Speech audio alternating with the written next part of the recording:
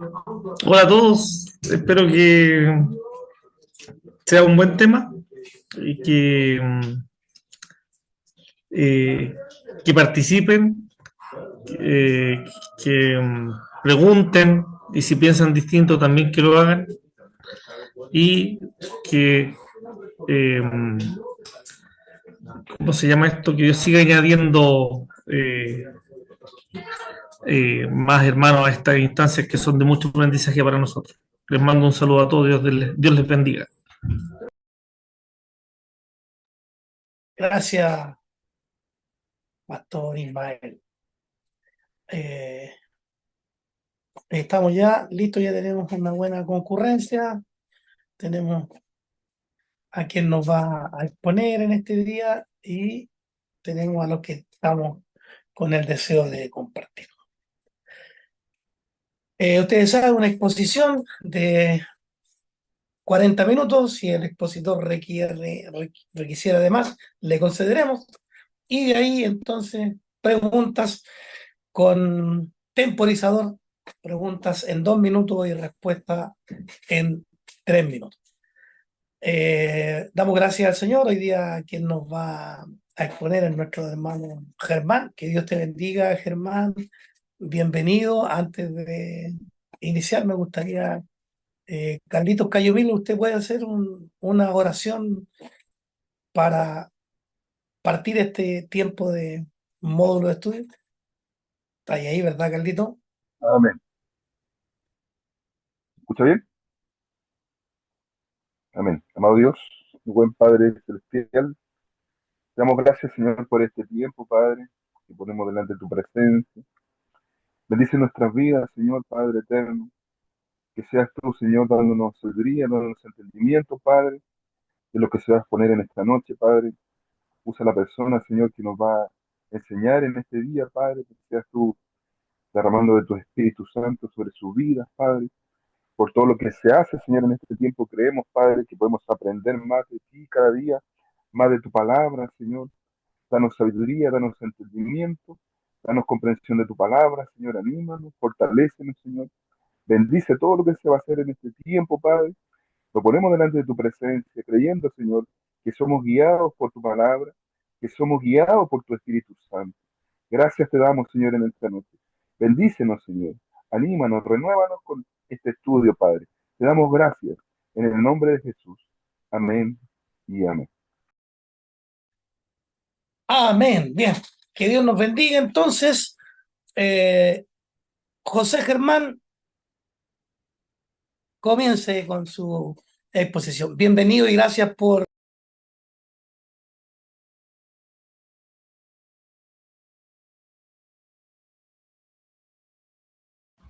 Ahí sí. Bien, gracias a todos. Buenos saludos en el amor de Cristo a cada uno de ustedes. A usted, Pastor Richard, también por la honrosa invitación que me hace. No soy merecedor de tanta honra, pero a Dios sea la gloria. Bueno, quiero que abramos nuestras Biblias. Ya les voy a pedir ese favor, que tenga su Biblia a mano. Y quiero compartir con usted una porción de la palabra del Señor. Bueno, voy a menos contar antes que me corra el tiempo cómo lo vamos a hacer, de una forma muy, muy tradicional, no tengo otra. Voy a tomar una porción de la palabra del Señor y voy a ir comentando, espero, lo más elocuentemente posible y lo más gráfico, cada uno de los versos que he tomado para esta noche. Y posteriormente entiendo, pastor, que como usted lo dijo, hay un momento de preguntas.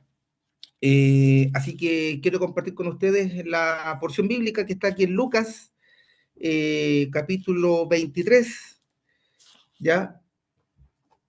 Y vamos a leer el verso 33 y de ahí nos vamos a saltar al verso 39 en adelante, ¿ya?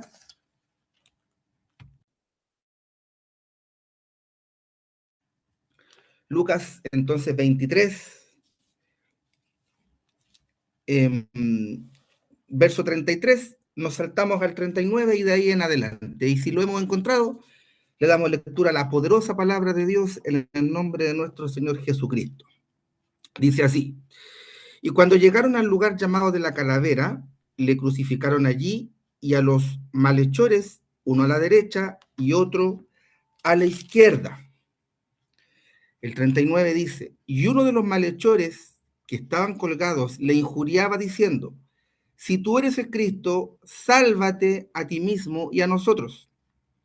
Respondiendo el otro, le reprendió diciendo, ¿ni aún temes tú a Dios estando en la misma condenación? Nosotros, a la verdad, justamente padecemos porque recibimos lo que merecieron nuestros hechos, mas este ningún mal hizo. Y dijo a Jesús, acuérdate de mí cuando vengas en tu reino. Entonces Jesús le dijo, de cierto te digo que hoy estarás conmigo en el paraíso. Amén y amén. A esta exposición le he llamado la salvación desde un evento extraordinario. Y la dinámica, como lo dije al principio, es bastante simple. Yo voy a exponer desde lo que a mí me ha sido revelado, humildemente, lo que por la escritura yo entiendo respecto a la salvación, y vamos a ir viendo que en esta porción de la palabra me parece a mí, que están todos los elementos que nosotros podemos entender como universales respecto a la salvación. Ya, yo entiendo que en el módulo anterior, el pastor Freddy, ¿cierto? Ya se refirió a las bases soteriológicas, ¿cierto? A las escuelas de la salvación o la doctrina de la salvación, por tanto, no voy a ahondar en eso. Entonces, diciendo ya lo siguiente, quiero dar alguna conceptualización de qué es lo que entendemos por salvación. Y empiezo entonces mi exposición. Bueno, en el Antiguo Testamento, como también en el Nuevo, la salvación está basada sobre un hecho. ¿Y cuál es el hecho? De que el ser humano está totalmente arruinado espiritualmente por lo que entendemos como la caída del mundo, ¿cierto? La humanidad caída o el mundo caído. En esa situación, entonces, ambos pactos, ¿cierto? O el antiguo y el nuevo, entendemos que por esa situación el ser humano está destinado a la muerte, ¿cierto? O sea, tenemos muy claro ese pasaje bíblico, ¿cierto? Que el pago del pecado es la muerte, ¿verdad? Y por lo tanto, esa muerte, o también entendida como la perdición eterna, tiene la necesidad de un rescate, ¿cierto? De una redención, de una liberación, y por tanto el ser humano en su condición de mundo caído o de humanidad caída, no tiene otra opción que la intervención de uno mayor y lo que entendemos como la intervención divina o la intervención de un Salvador todopoderoso que pueda sacarlo, ¿cierto?, de esa condición. Entonces, dicho eso en palabras muy simples, entendemos que en el Antiguo Testamento, Dios Padre, ¿cierto? Yahweh, desde un principio se muestra como un salvador, y si lo pudiésemos decir de una manera, hay una visión libertaria del Padre, porque hay una visión redentora desde lo físico o desde lo territorial. Si empezamos a recordar, ¿cierto? Hay de por medio un pacto, ¿cierto? La tierra prometida, que es lo que denominamos como el pacto abrahámico, ¿cierto? En donde se le dice a Abraham que de él van a ser una nación, Dios se va a formar un pueblo para sí y que le va a heredar, ¿verdad? Una tierra que le entendemos como la tierra prometida, ¿verdad? Y por otra parte, desde el punto de vista espiritual, Dios también es un salvador en el Antiguo Testamento, porque la esperanza de las personas está dada por las promesas que el Padre Dios le da a todo aquel que le escucha, a su pueblo, mediante, ¿cierto?, las promesas dadas, ¿cierto?, por las personas a las cuales Él habla, los patriarcas, en posterioridad, ¿cierto?, los jueces, los profetas, y así sucesivamente cada vez que Dios levanta a alguien. Por tanto, ellos esperan siempre esa intervención poderosa de Yahweh para poder sortear, ¿cierto?, las diversas vicisitudes que al pueblo de Dios le toca vivir. Por lo tanto, vemos que el Antiguo Testamento, y algo ya lo señalé al principio, ¿cierto?, ¿cómo vemos esta intervención poderosa de Yahweh? El llamamiento, ¿cierto?, de Abraham primero, ¿no? Después Abraham, ¿no? Abraham el caldeo, ¿cierto?, con el propósito de conformar esta nación, este pueblo que Dios se forma para sí, para establecer un linaje que luego de ese linaje iba a venir el Salvador pleno, que ya sabemos, ¿cierto?, todos nosotros, que es Jesucristo. Entendemos también que en esta idea del Padre Yahweh Salvador, ¿cierto?, interventor poderoso, Él establece un sistema de sacrificios, entendiendo, ¿cierto?, que está el mundo caído, que hay una situación que el hombre por sí mismo no la puede sortear. Se establece, ¿cierto?, un sistema de sacrificio dentro de lo que entendemos como el sacerdocio arónico, ¿cierto?, levítico, para la limpieza y la expiación de los pecados a través de los rituales ceremoniales que usted y yo conoce, ¿verdad? El mayor de todo es que con la sangre, ¿cierto?, de los corderos, ¿verdad?, de los animales que establece la Torá, a través de esa sangre, ¿cierto?, hay un efecto en donde Dios, ¿cierto?, mira la sangre derramada sobre lo que Él estableció como la ley, para entonces cubrir, ¿verdad?, o empañar la vista respecto a lo que sucedía con el pueblo. Y por cierto que también esta intervención poderosa de la esperanza de lo que Dios hace y lo que Dios hará a través de los pactos, ¿no? Los pactos abrahámicos, ¿cierto?, el pacto mosaico, del pacto davídico. Y por tanto, la gran promesa y la gloriosa promesa de este Mesías, ¿no?, que va a intervenir poderosamente en medio del pueblo. Y en el caso del Nuevo Testamento, la salvación ya la podemos ver clara y perfecta, plena, en la persona de nuestro Señor Jesucristo. Ya en el nombre de Jesús, vemos cómo lleva consigo lo que podemos decir es su principal propósito, porque sabemos que Jesús, ¿cierto?, dentro de lo que entendemos como los significados, entre lo que es Yahweh y Yacha, que es salvación, ¿cierto?, el Dios que salva, o Dios salva, ¿cierto?, muestra ya en sí mismo su principal propósito como el esperado, ¿no?, el que había de venir. Entonces, en el Nuevo Testamento se manifiesta la liberación y la redención del pecado para poder entonces sacar a la humanidad de esta situación del mundo o la humanidad caída.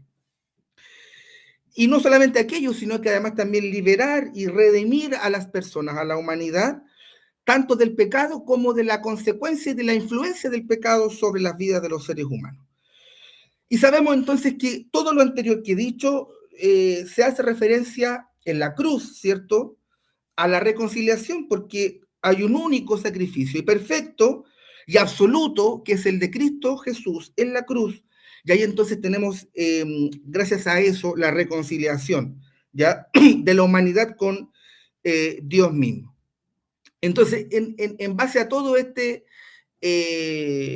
estado del arte, por decirlo así, ¿no?, en base a este marco teórico, inicio entonces lo siguiente. Vemos todo esto, cómo es posible que, y repito, digamos, el título que le puse a esta exposición es la salvación desde un evento extraordinario. ¿Cómo entonces nosotros podemos, y espero que me acompañen esto, y espero poder lograrlo, llevarlo en un recorrido respecto a lo que sucedió en esta porción bíblica, donde vamos a poder ver cómo están los elementos de la salvación? ¿Hasta aquí vamos bien? ¿Sí? ¿Sí? Ya. Dice el verso 33, y cuando llegaron al lugar, ¿cierto?, se llama la Calavera, ahí crucificaron a unos malhechores, ¿cierto?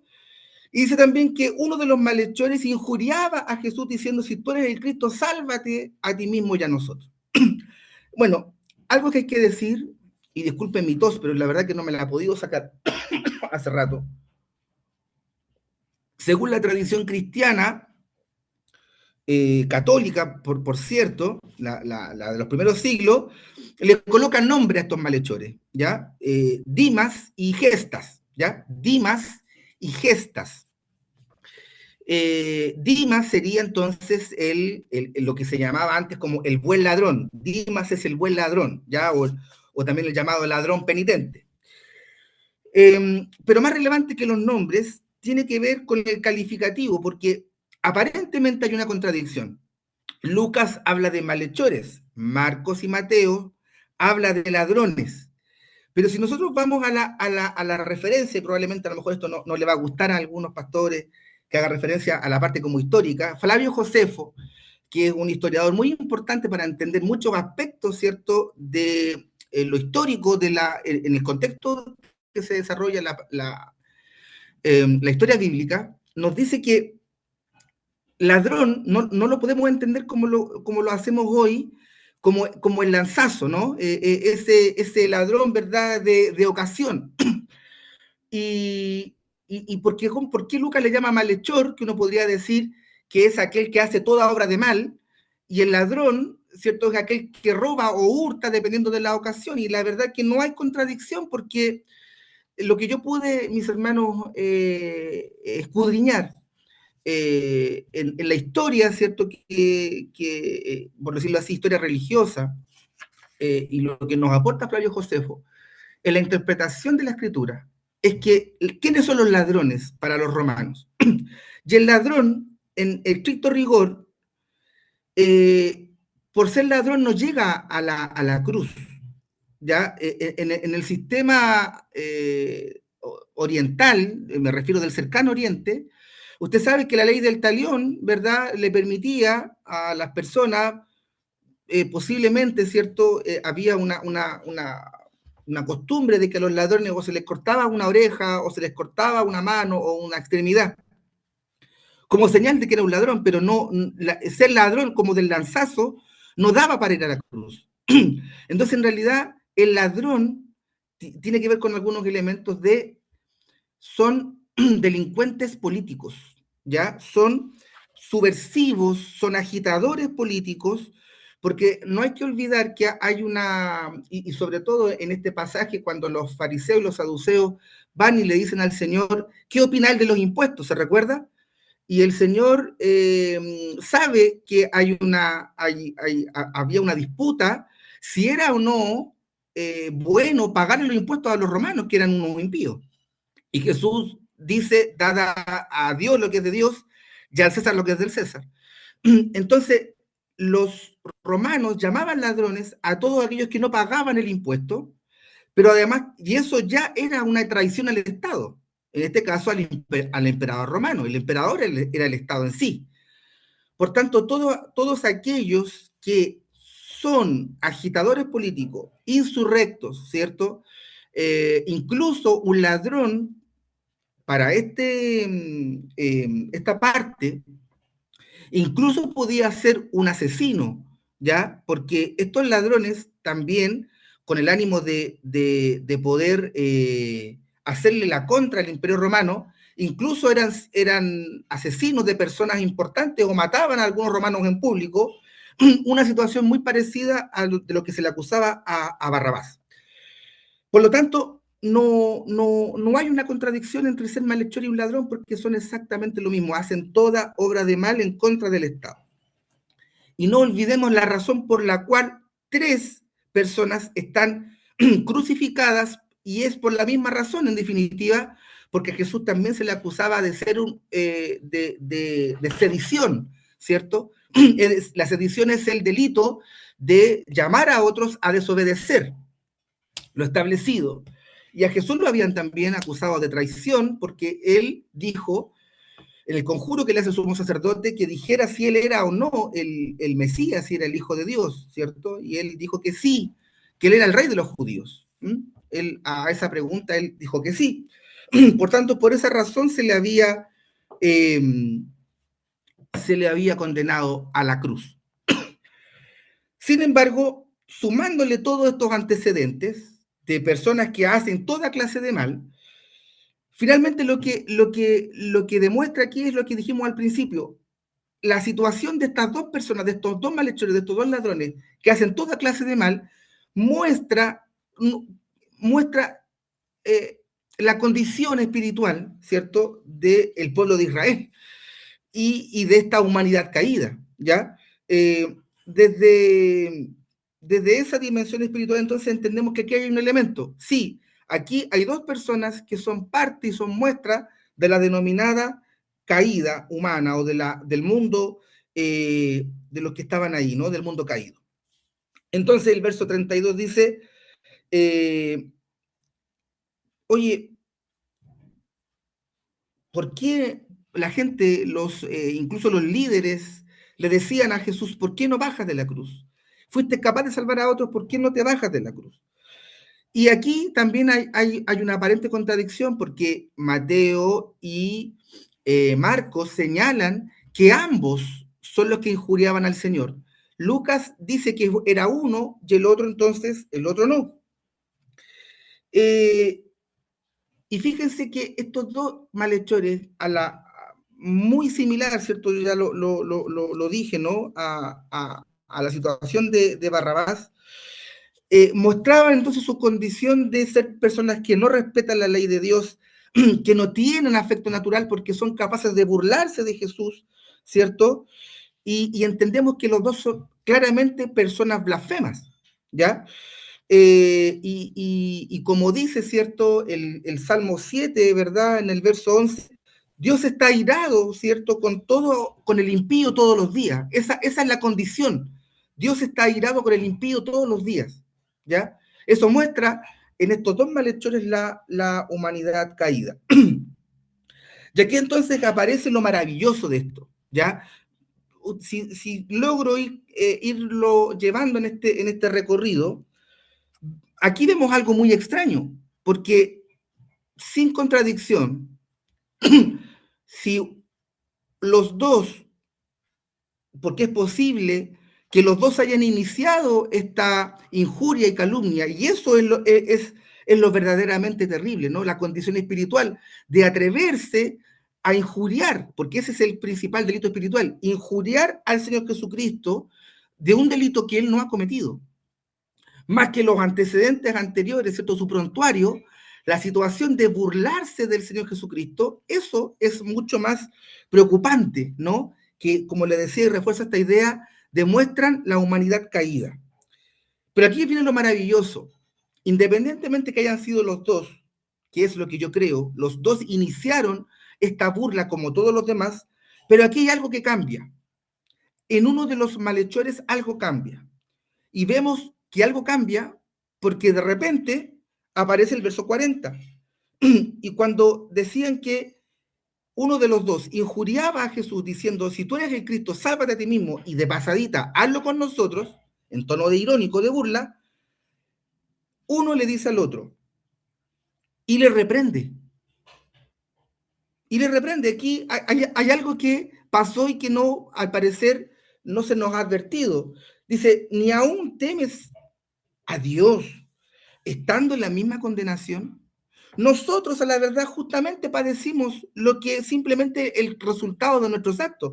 Eso es todo. Y dice, más este que está aquí, ninguna cosa mala ha hecho. Ningún mal hizo.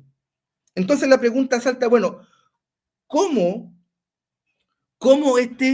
eh, el que estaba a la derecha, cómo pudo llegar a esa conclusión?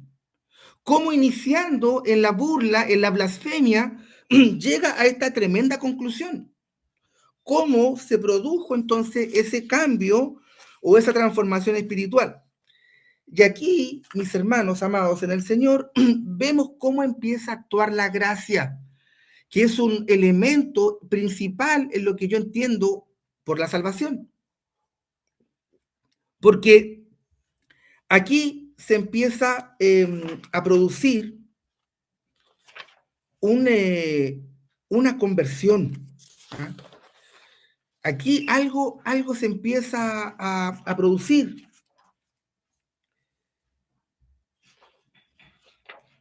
Aquí estamos. Sí, aquí estoy.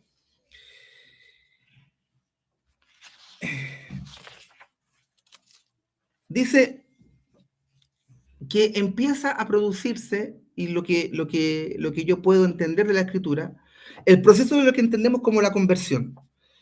Y la conversión no es otra cosa, mis hermanos y pastores, que es volver al camino correcto, ¿ya? ¿Y cuál es el camino incorrecto, cierto? La humanidad caída y volverse hacia Dios.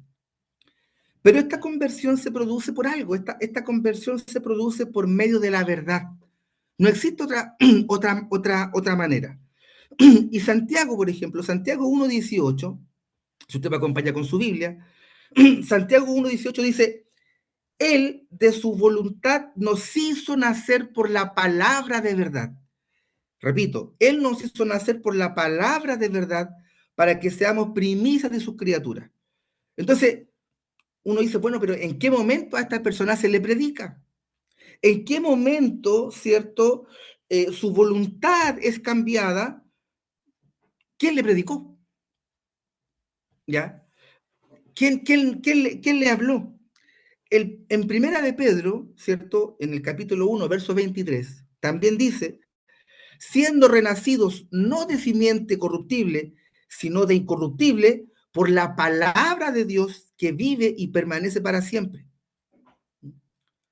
Entonces, pero bueno, ¿pero cómo se produjo? ¿En qué momento esta persona recibe la palabra? Hay algunos teólogos que plantean que probablemente haya sabido, haya visto algunos milagros porque era muy conocido la fama de Jesús. Recuerden que hay un verso que dice que la fama de Jesús se expandió, ¿cierto? Por toda Galilea, por Samaria y por todos los rincones de Israel. Por tanto, probablemente para él no era algo ajeno de quién era Jesús, ¿ya? Pero yo creo, mis hermanos, que aquí hay un misterio, y espero resolverlo, que tiene que ver dónde está el convencimiento, porque la palabra del Señor dice que el Espíritu Santo convence de pecado, ¿sí? El Espíritu Santo está actuando aquí también. ¿Y qué es? ¿Y cómo obra? ¿Ya?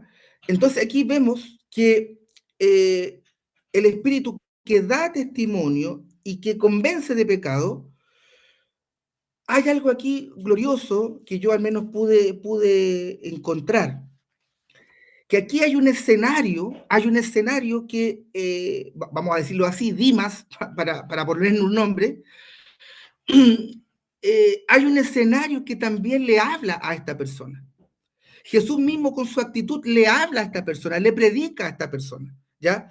Porque la misma actitud de Jesús en la cruz, a pesar de que por una mayoría circunstancial era odiado, burlado, masacrado, puesto una corona de espinas en su frente, dijo algo que en los versos anteriores probablemente a Dimas lo conmovió. La palabra de verdad cuando dice, Padre, perdónalos, porque no saben lo que hacen. Padre, perdónalos. Y para él fue algo que tocó su vida, porque a pesar de ser flagelado, a pesar de ser burlado, golpeado, escupido, estaba desnudo, ¿cierto? No como está en las películas, no como lo pintan los cuadros, está desnudo frente a todos los demás y a la burla. Esto a él le predica. El escenario en sí, la situación, las mujeres llorando, ¿cierto? Otros que eran los menos probablemente, estaban, ¿cierto?, a favor de Jesús. Todo este escenario a él le predicó también. La actitud de Jesús predicaba por sí mismo. ¿Ah? Estaban muchas veces en silencio, pocas veces abrió su boca y nunca dejó de demostrar amor. Entonces, estas cosas, mis hermanos, provienen de la palabra. Provienen de la palabra. Y otro elemento importante que no podemos obviar es el letrero. Decía Rey de los Judíos. yo tiendo a pensar que Pilato lo hizo con su qué, dijo, lo que escrito está, lo que es escrito, no está al azar que lo haya colocado en 3 idiomas, los 3 más importantes de la época, ¿cierto? En arameo, en latín y en griego. Y yo me imagino entonces viendo este escenario, ¿cierto? De la cruz y esa palabra, rey de los judíos, yo creo que también, porque era una verdad bíblica. Él era el rey de los judíos, por tanto está la palabra ahí.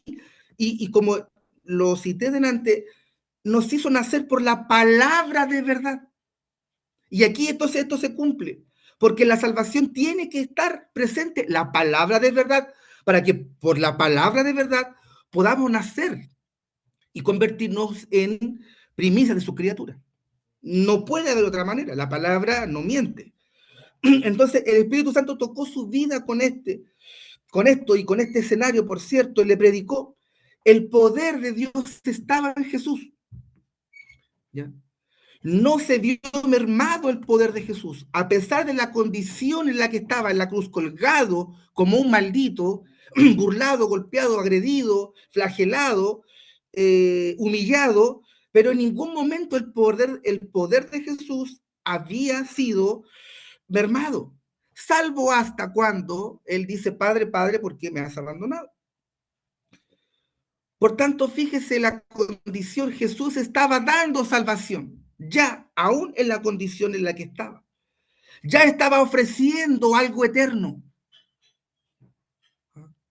Y permítame, Pastor Richard, yo sé que esto es una exposición, pero estuve todo el día clavado con esto y siento decirlo, iglesia del Señor, que me escuchan esta noche, esto es para aquel que crea. Si el Señor fue capaz de hacer esto, de entregar salvación a pesar de que estaba flagelado y colgado en un madero como un maldito, y le dio salvación a este malhechor, ¿cuántas cosas más podrá hacer el Señor Jesucristo que hoy día está sentado a la diestra de Dios Padre? ¿Cuántas cosas más puede hacer ahora que está a la diestra de Dios? Y si alguien necesita esta palabra, quiero decir, cuántas cosas, ni te digo cuántas cosas más puede hacer Cristo que está hoy día sentado a la diestra de Dios Padre. Gloria al Señor. Entonces, concluimos en esta parte, en este viaje que quiero que usted haga conmigo, entendemos que la predicación del Evangelio es primordial para la conversión espiritual. No puede haber otra, no puede no haber palabra, porque ya lo he dicho glatamente. La fe viene por el oír palabra de Dios.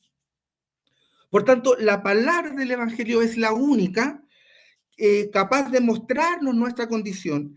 Y el Espíritu Santo es el único que nos puede convencer de pecado. Por tanto, el ladrón, entre comillas, ¿no? El malhechor, solo después de comprender el mensaje, viene entonces el denominado reconocimiento, que es otro elemento de la salvación, el reconocerse, pero eso viene mediante la palabra.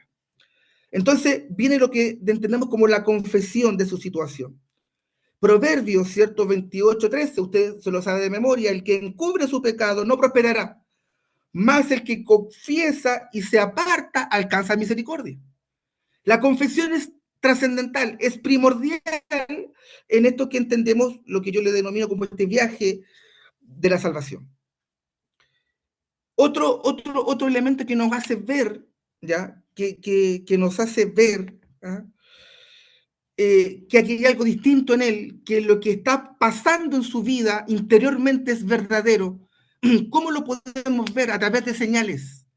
Y lo que la palabra de Dios dice, frutos, ¿ya? Mateo 3:8 habla de los frutos de arrepentimiento, ¿no? Vaya chequeando si lo que digo es verdad. Mateo 3:8, frutos de arrepentimiento. ¿Y cómo lo podemos ver? En lo que le dijo a su compañero. ¿De dónde él saca esto? ¿De dónde él saca y le dice? Veámoslo de nuevo.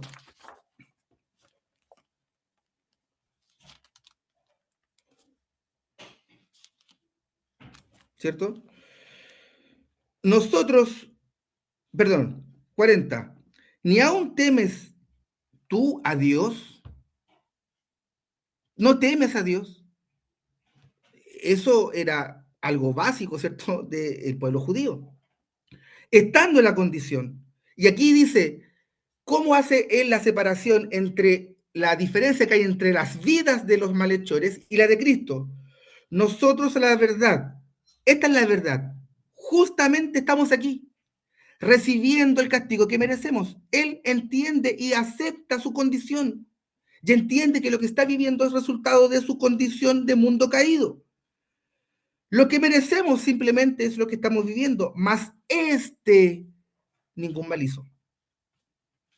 Eso es fruto del arrepentimiento. Comparte con otros lo que entiende. Comparte con otros lo que de gracia ha recibido. Lo que recibiste de gracia, dadlo de gracia. Y ese es fruto del arrepentimiento. Yo al menos lo entiendo de esta manera. Podemos decir que prácticamente, a lo mejor usted va a decir, está estirando mucho el chicle, puede ser, yo comparto lo que puedo ver y lo que el Espíritu Santo al menos a mí me revela y lo que me muestra a través de esta porción, es que incluso podemos decir que intenta evangelizar a su compañero, porque quiere también y le ofrece, oye, mira, esta es la oportunidad, y lo quiere sumar, más que el reproche, simple por reproche, ¿cierto? Es decir, reproche es mostrar lo mal que alguien está haciendo, el reproche, pero también lo combina al cambio. Y eso no lo hace otra cosa que el Espíritu Santo.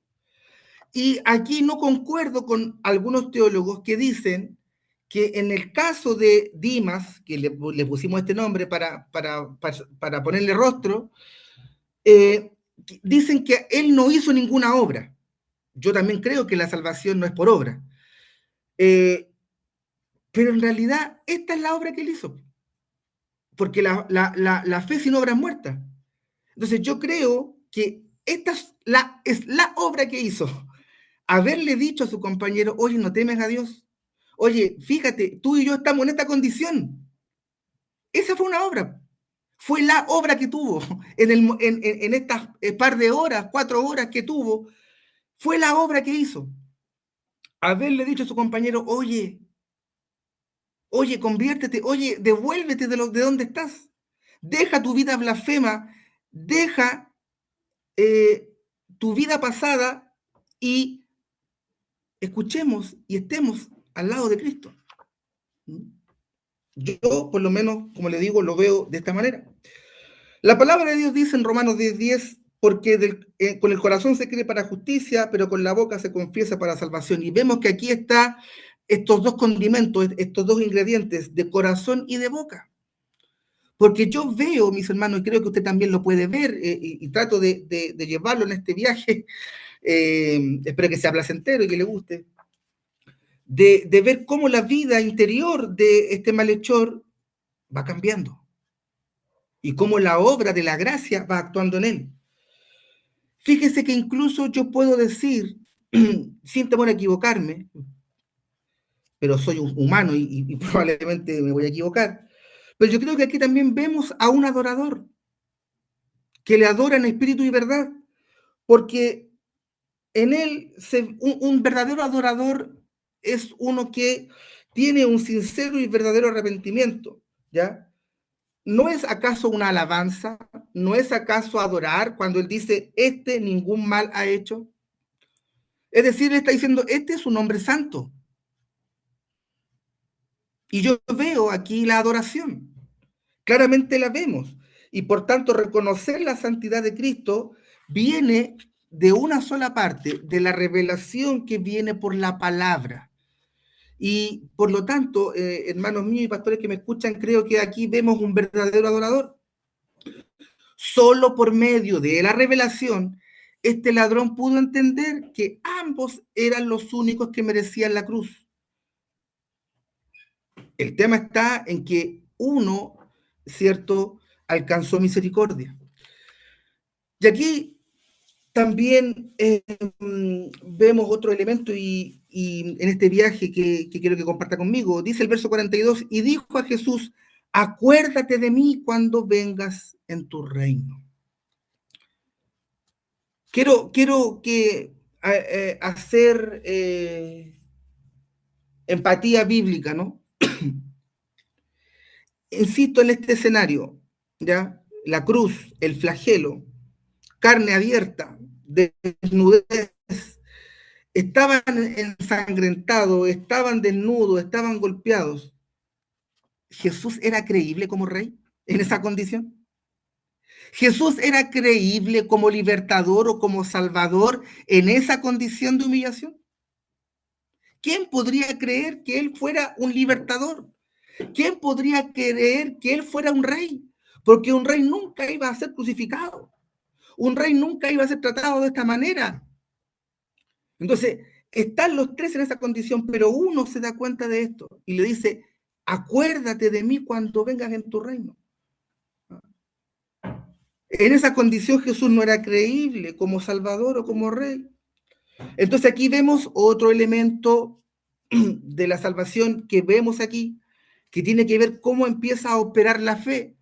¿Ya? Lo que yo compartí en una oportunidad con los hermanos de Conchalí, en esta frase que estampó un profeta de Dios que yo conocí muy de cerca, que dijo, ponle ruedas a la fe.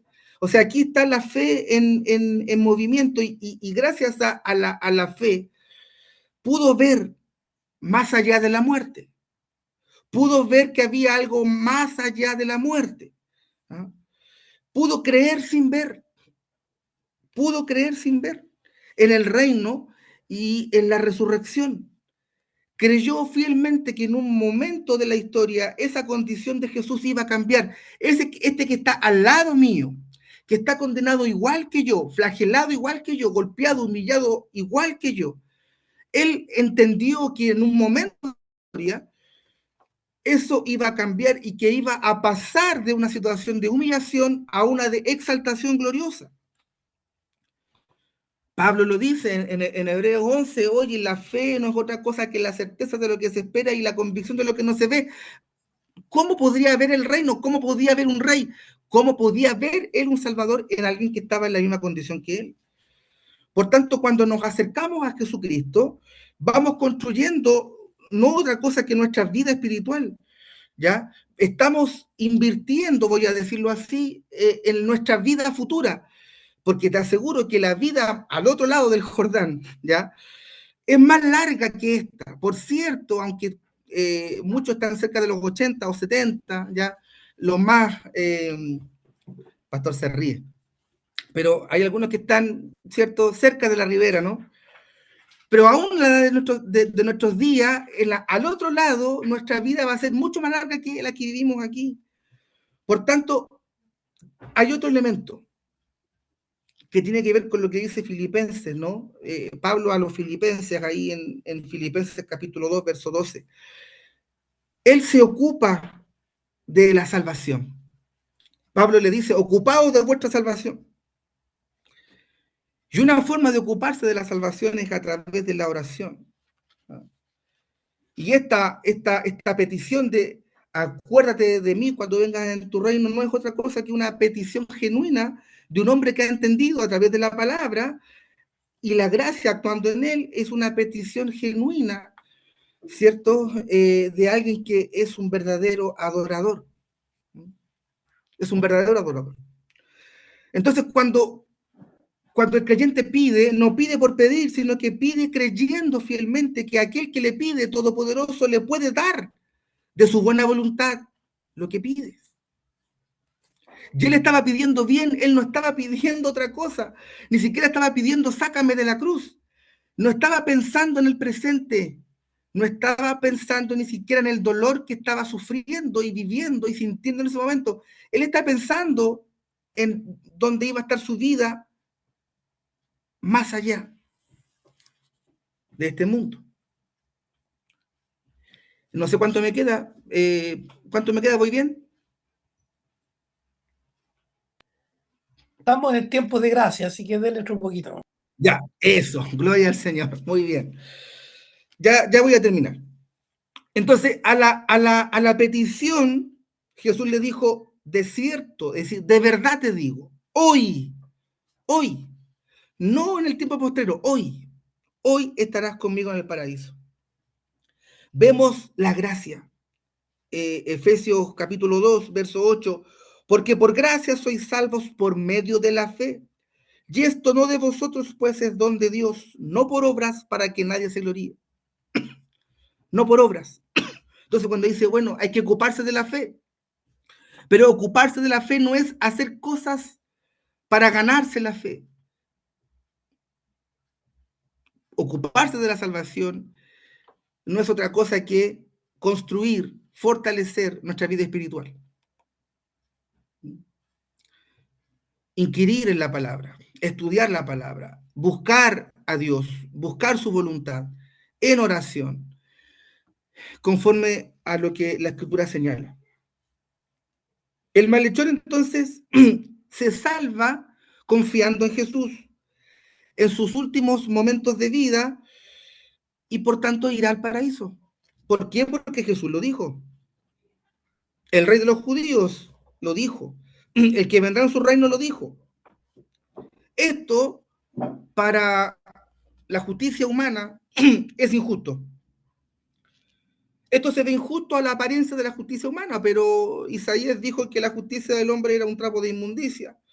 Entonces, esta cosa no refleja otra que es la gracia, la gloriosa y bendita gracia, que es enteramente dispensada por Dios. Y lo podemos encontrar, ¿cierto? En Efesios 3:2, Juan 1:17, pues por la ley, por medio de Moisés fue dada, pero la gracia y la verdad vinieron por medio de Jesucristo. Por medio de Jesucristo.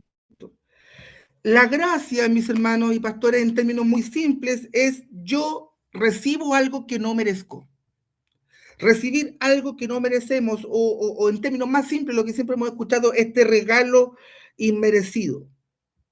Y la única fuente de dispensación de la gracia es la cruz de Cristo. La cruz de Cristo fue fuente de gracia. Lo dice, ¿cierto? Hebreos capítulo 2, verso 9. Jesús descendió para que por la gracia de Dios, ¿cierto?, gustase la muerte por todos. La cruz, aunque es un símbolo de vergüenza, humanamente es un símbolo de vergüenza, no dejó de ser eficaz, pues muestra que Jesús no fue privado del poder del reino y le devolvió la vida a un muerto. Le devuelve a alguien que estaba muerto en delito y en pecado y en su vida blasfema, pero Jesús no había perdido su poder. Y por tanto, el malhechor entonces encontró una oportunidad. Entonces vemos en esta porción de la palabra, en resumen, ya para ya ir concluyendo, que la salvación es por gracia. Y no quiero entrar en el porque da para otro tema, y lo conversábamos con el pastor Ismael. La doctrina de la salvación da para una asignatura de un curso de teología completamente. Pero creo que en esta porción de la Escritura vemos varias cosas, varios elementos que nos permiten entender, y al menos como yo tengo revelado la salvación. La salvación es por gracia. Fíjese, esta persona no fue bautizada. No tuvo bautismo. Lo que está escrito es, esta persona no tuvo bautismo. Pero eso no quiere decir que no haya que bautizarse y que no podemos desmerecer y no podemos tampoco tomar a la ligera el sacramento del bautismo.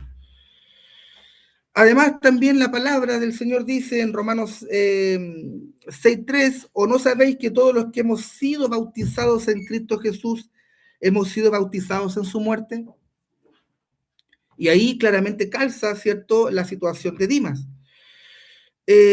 Fíjese que Dimas, insisto, le ponemos nombre y rostro a este personaje, nunca fue a la iglesia.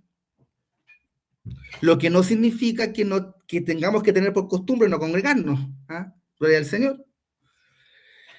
Fíjese que él nunca recibió el link del estudio bíblico. Nunca recibió el link del estudio bíblico. Pero eso no significa que nosotros no estudiemos la palabra de Dios. ¿Ya? Nunca accedió al link, nunca le llegó, nunca recibió el link del pastor Ismael, no tuvo eso. Vemos en esta porción de la palabra que hay un don gratuito que depende enteramente de la justicia de Dios. Y vemos la inmediatez de la gracia cuando le dice, hoy estarás conmigo. No hubo nada que lo pudiera detener, no hubo algo, ¿cierto?, que le impidiera, hoy estarás conmigo en el paraíso, ¿ya? No en el purgatorio, no en el limbo, no, hoy estarás conmigo en el paraíso. Hay reconocimiento del pecado, hay reconocimiento de que Jesús es rey, tiene autoridad como rey y señor. Tuvo fe, que es otro elemento importante de la salvación, y pidió ser salvado, entendiendo que necesitaba ser salvado por medio de la palabra, creyendo en el poder de Cristo. Mis hermanos, esto es lo que puedo compartir con cada uno de ustedes. Y entonces ha terminado este viaje y espero haber podido, mis hermanos, en estas simples palabras, haber podido explicar lo que la Escritura nos revela respecto a la salvación, en este caso en particular. Gracias, Pastor Richard.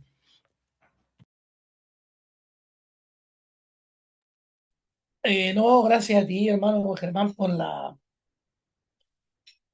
exposición, porque te tomaste el tiempo, estudiaste, te inspiraste también para caminar juntos en esta salvación desde un evento extraordinario. Me imagino, los, los preguntadores ya están más o menos preparados. Yo tengo una pregunta que quiero hacerle al último, porque capaz que me vaya para otro lado, pero la vamos a hacer a su tiempo. Así que, Camilo, si gusta, prepara el temporizador para que abramos entonces esta sección de preguntas. La pregunta en 2 minutos. ¿Hay alguien por ahí?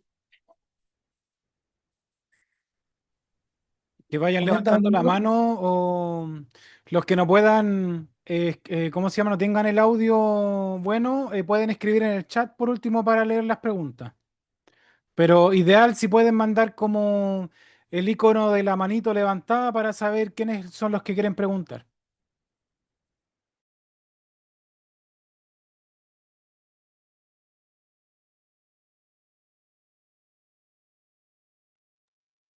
¿Estás Parece viendo tú ahí, que, Camilo? parece que estamos todos claros porque nadie quiere preguntar, pastor.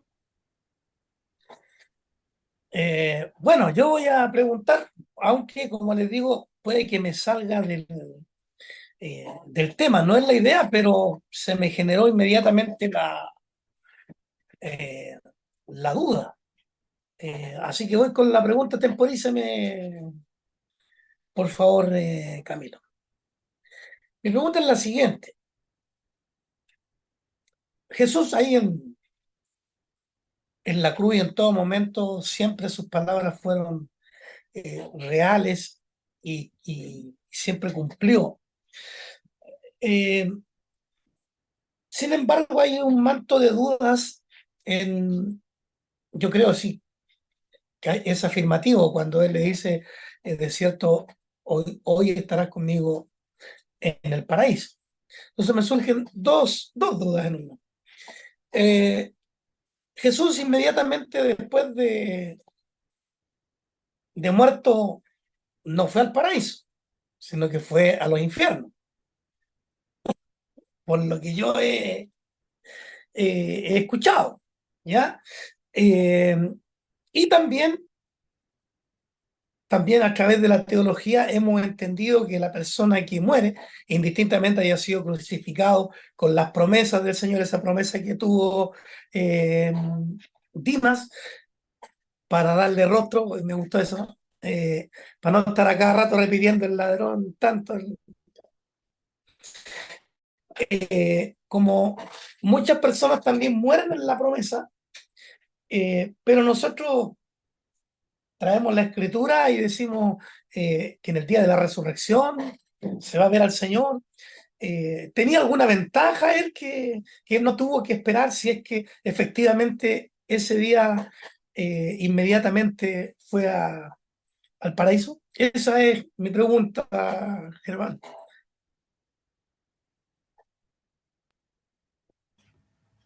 Ya, gracias, Pastor. Bueno, sí, yo creo que se sale harto del tema, pero no le voy a sacar el cuerpo. A ver, no tengo todas las respuestas, pero no podemos dimensionar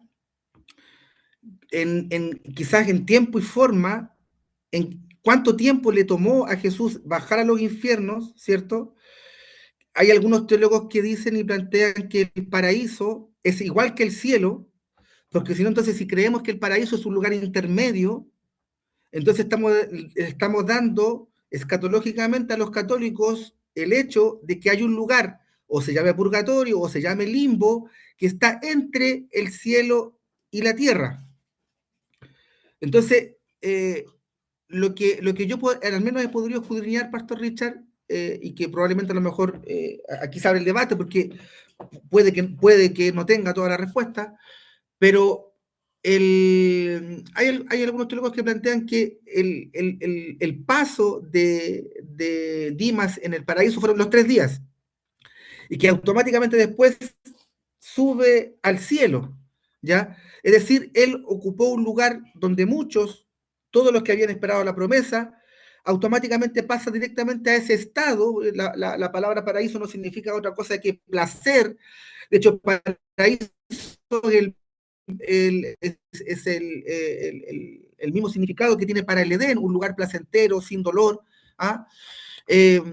Y otros teólogos que plantean que paraíso y cielo no tienen mayor diferencia. Entonces, al menos, Pastor, trato de poder darle un abanico de situaciones en las que no sé si escrituralmente podamos entender o hay algún versículo de la Biblia que nos diga cuánto tiempo le tomó al Señor este viaje, ¿cierto? Esta ruta que él tiene que hacer, ¿cierto? Para liberar a los cautivos, ¿verdad? Lo que denomina la Escritura como el seno de Abraham, ¿cierto? Los que están allí esperando, ¿verdad? Por tanto, encuentro yo que es una discusión teológica que hasta el día de hoy no se cierra, bueno, como muchas otras, pero que no quita que la salvación es una salvación graciosa y que sea cual sea el tiempo que le haya tomado, Dimas pudo obtener lo que el Señor le regaló.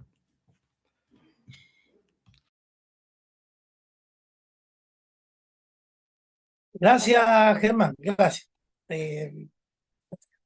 Ahí hay alguna respuesta que nos ayuda. Bueno, surgen más preguntas al respecto, porque aparentemente también el seno de Abraham vendría siendo como un estado intermedio, pero no nos vamos a entrar ahí, sino que vamos a dar la opción a los que están preguntando. ¿A quién tienes, Camilo, ahí para que ponga temporizador? Pastor, tenemos al Ismael y al Pastor Miguel. Vamos. ¿Quién levantó la mano primero? El Ismael. Ya. Adelante. Gracias. Bueno, voy a decir algo respecto a lo que preguntaba el Pastor Richard. En la misma sintonía, yo personalmente revisaría muy bien el Evangelio de Lucas, porque revisaría muy bien el Evangelio de Lucas en relación con los relatos de los otros evangelios, porque hay muchas inconsistencias, ¿ya? Podría nombrar varias, pero voy a nombrar solo la que hoy día nos convocó, que tiene que ver con la crucifixión de los 2 ladrones. ¿Cómo se enteró el ladrón que había un paraíso? O sea, no, corrijo la pregunta. ¿Cómo se enteró el ladrón que Jesús vendría en su reino? Si Jesús se lo comunicó a sus discípulos, solo a sus discípulos, a los 12, se lo comunicó antes de cenar con ellos, antes de que fuera crucificado. Ahí él habló sobre la venida del Hijo del Hombre. Y el ladrón no estaba ahí. Entonces, yo haría un llamado a que cuando leamos el Evangelio de Lucas, revisemos y contrastemos con los demás evangelios. ¿ya? Y también con la Biblia en su totalidad. Respecto a la pregunta que hacía el pastor Richard y a la respuesta que dan los teólogos, yo haría un llamado más bien a caminar sobre terreno seguro y certero. ¿Qué es lo que está en la palabra? Lo cierto es que después que descendió a las partes más bajas de la tierra el Señor, no se fue al cielo, sino que viene aquí en la tierra y estuvo presentándose a sus discípulos y como dice Pablo, si mal estoy en la cifra, 500 hermanos, ¿cierto? Y después de todo eso, de haberse presentado, después de varios días, algunos dicen 40 y tantos, otros dicen 50, pero después de ahí recién ascendió. Entonces, vuelvo a hacer el llamado de revisar el Evangelio de Lucas y ver esas inconsistencias, ¿ya? Respecto al tema propiamente tal de la salvación, mi pregunta es, ¿por qué en este caso el hermano Germán consideró usted que consideró que el plan de salvación haya nacido a partir de Abraham y no de Adán? ¿Por qué no nace a partir de ahí el tema? Esa es mi pregunta.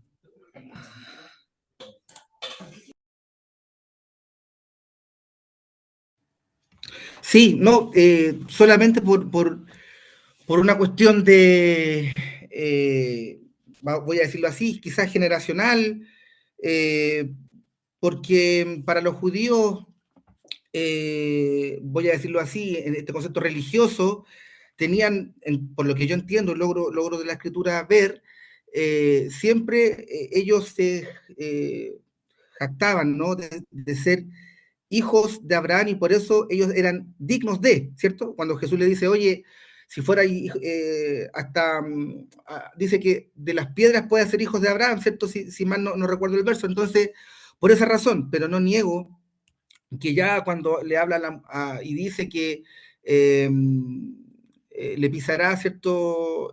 La cabeza, ¿verdad? Uno le va a herir el calcañar y el otro le aplasta la cabeza, o sea, sí, efectivamente, nosotros incluso desde ahí podemos ver ya lo que se denomina teológicamente como el plan de salvación. Y respecto a lo que usted dice, pastor, sí, efectivamente, es mejor caminar siempre en terreno seguro, y de hecho la escritura señala que el Señor también se les apareció, sabemos, a las mujeres en el sepulcro, a los que iban camino de Maú, se les presentó a los discípulos, se le presentó aproximadamente a 14, 15 personas, unos plantean que son 40, otros que son 70 días y que después en presencia de al menos 500 él se fue y un ángel del cielo dijo así como se va, así va a volver, o sea, efectivamente eso es como se señala, pero siempre queda la tentación de querer ir más allá y obviamente es un poco, voy a decirlo así, el negocio en buenos términos de la teología, que siempre es tentadora, ¿no? Suculentamente.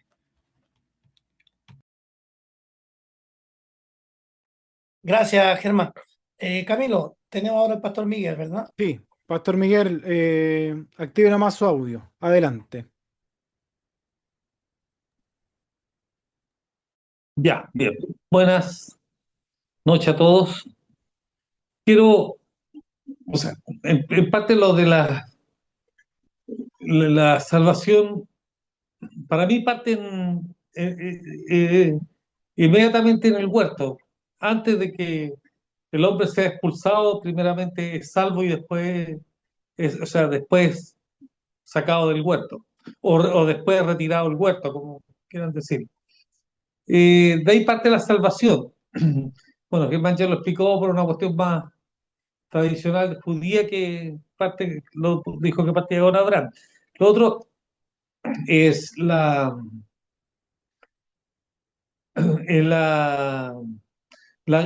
gracia también parte inmediatamente, apenas comete el pecado, a dar parte inmediatamente de la gracia, la misma que alcanzó al que se le puso nombre para darle rostro, o rostro para dar a un rostro para darle un nombre. Entonces, y actúa solamente la gracia en eso, es lo que entiendo.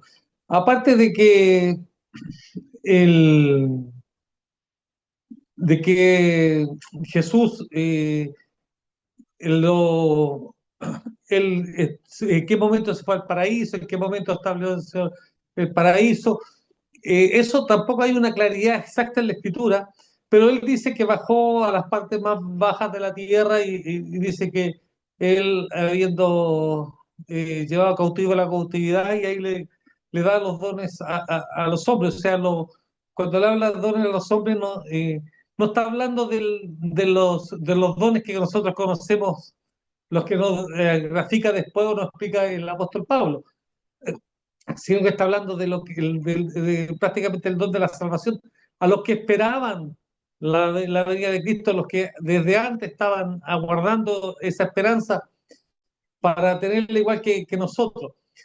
Ahora, la pregunta es esta: si nosotros necesitamos esperar hasta nuestra muerte o esperar hasta a la venida de Cristo para saber si vamos a estar en el paraíso, o nos va a pasar lo mismo que el malhechor, inmediatamente apenas Él nos salva, inmediatamente estamos ya en el paraíso.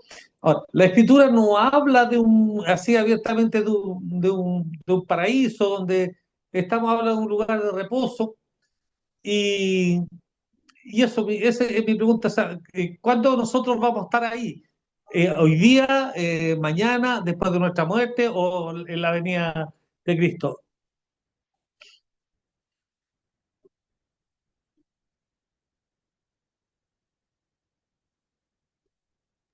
Activa el micrófono, Germán. La pregunta era para usted.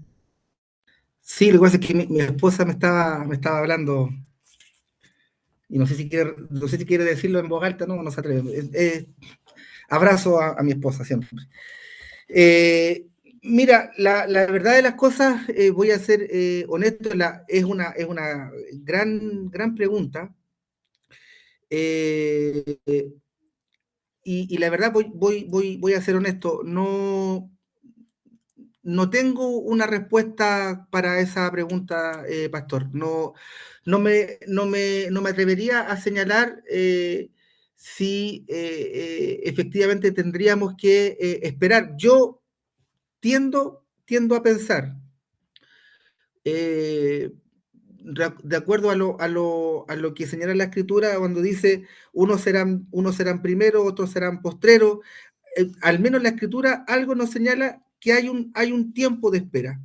Ahora, podemos saber a ciencia cierta, como lo decía el pastor Ismael, de si caminamos sobre lo seguro, cuánto tiempo, si eh, hay una diferencia, ¿cierto? Antes de Cristo o después de Cristo, por supuesto que la hay. Y yo entendería que si fue como lo fue con Dimas, para esta frase que le gustó mucho, para ponerle rostro al ladrón, debiese ser algo inmediato, porque Jesús dijo: hoy estarás conmigo. No, no, y dice: estarás conmigo. No, yo te dejo a ti allá y yo me voy para otro lado. Dijo: hoy estarás conmigo en el paraíso. ¿Ya? Por tanto, no, en la literalidad, ¿cierto? Yo lo veo de esa manera. Debiese ser inmediato, eh, pero en el tiempo humano creo yo que ahí podríamos entramparnos. Como le digo, no tengo más fundamentos como para poder responder aquella pregunta. No sé si, pero por supuesto dejo abierto para que aquel que lo sepa, o si el pastor Miguel tiene o cree saber lo que pregunta, obviamente me pongo a los pies de aquel que pueda tener la respuesta. Más certera que la mía, por cierto.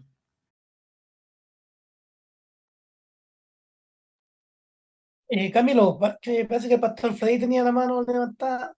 Sí, También la levantó alguien más. ¿El pastor Freddy está por ahí? Pastor Freddy tiene audio. Ahí, por ahí. Sí, Sí. creo. Ya. Buenas noches, hermanos, Adelante, hermanos. adelante, Pastor. ¿Me Tiene escucha? 3 minutos. Ya. Bueno, gracias a Dios me escucha. No sé si podría yo, bueno, hacer primero, no sé si contestarle o hacer algo, un comentario acerca de lo que dijo el pastor Ismael. cuando habla de la inconsistencia del Evangelio de Lucas, hay que tener mucho cuidado y ser atinados en hablar acerca de los evangelios, porque podría pensarse de que Lucas está hablando incoherencias o que está fuera de lo, o sea, fuera del contexto donde está hablando. Cuando nosotros vemos el Evangelio de Lucas, él empieza y dice que con diligencia, él es uno de los más diligentes, él es un historiador, él es un profesional, él es un historiador profesional. Ahora, cuando se dice de que él no estuvo con los discípulos, pero él fue uno de los sentenciados, él fue uno de los sentenciados a muerte y podemos nosotros deducir de que él estuvo con Jesucristo y Jesucristo le dijo a Pilatos, o sea, fue notorio lo que Jesucristo le dijo a Pilatos. Le dijo, ¿sabe qué? Mi reino no es de este mundo. Entonces, por ahí el sentenciado, juntamente con Jesucristo, pudo haber también escuchado eso. O sea, nosotros no podríamos decir, no lo escuchó o que Lucas estuvo, ¿cómo se llama?, haciendo un comentario de él propio. Porque Lucas comienza diciendo, después de haber estado diligentemente en esto. Bueno, eso era lo primero. Lo segundo, con la pregunta del pastor, el pastor Richard, es importante, hermano, y sabe que muchas personas hacen esta pregunta y muchas personas también, o sea, nosotros buscamos y de verdad que yo admiro y agradezco al Señor por la diligencia de cada uno de ustedes en buscar las escrituras, pero tenemos que buscarla, o sea, buscarla y ver las respuestas. Yo comparto con Germán cuando dice, pues los tiempos del Señor es como un día, son como 1000 años y 1000 años como un día. O sea, el tiempo yo no podría hablar. Pero sí lo que estoy seguro es algo, hermano. Estoy seguro de que la palabra del Señor dice, y el apóstol Pablo lo dice en Filipenses, capítulo 1, versículo 23. Creo que acá lo tengo, acá dice. El apóstol Pablo, sabiendo que él podía morir, él dijo esto. Y él decía, mas si el vivir en la carne resulta para mí en beneficio de la obra, no sé entonces qué escoger. Porque de ambas cosas estoy puesto en estrecho, teniendo deseo de partir y estar con Cristo. No está hablando de partir y estar con Cristo, o quedarle a carne, que es más necesario por causa de vosotros. O sea, él estaba hablando de que inmediatamente después de morir, o sea, se va a presentar a Cristo. Yo no sé si después el cuerpo tendrá que resucitar. Yo creo que el cuerpo es el que resucita después, va a ser glorificado. Eso es lo que yo quería aportar, pastor. Y una pregunta para Germán. Eh, Nosotros la semana pasada estuvimos hablando de la... ¿Se acabó el tiempo? No puedo hacer la pregunta. Pregunte nomás, pregunte, no se quede con la cara. La semana pasada estuvimos hablando acerca precisamente de las dispensaciones. El pastor Miguel dijo algo real y creo que es cierto, el pastor Ismael también. O sea, desde el Edén ya el Señor había eh, abierto el camino para la salvación, desde que le dijo, no, le puso la enemistad entre la serpiente y Eva, ¿no? Pero que el Señor iba a levantar un Salvador. De la simiente, le dijo, de tu simiente, le dijo, la simiente tendrá enemistad con el enemigo. Ahora, mi pregunta es, ¿por qué, hermano, siempre se emplea la palabra dispensacionalismo? O sea, tú hablas de las dispensaciones del Señor. La semana pasada nosotros estuvimos hablando acerca de eso, tú no estuviste, Germán, y quiero saber si tu postura es dispensacionalista. O sea, yo no tengo nada contra el dispensacionalismo. Lo que quisiera saber, ¿tu postura es dispensacionalista? O sea, de que el Señor tuvo varias administraciones y que falló el Señor o fallaron los hombres y tuvo que volver a otra. Esa es mi pregunta.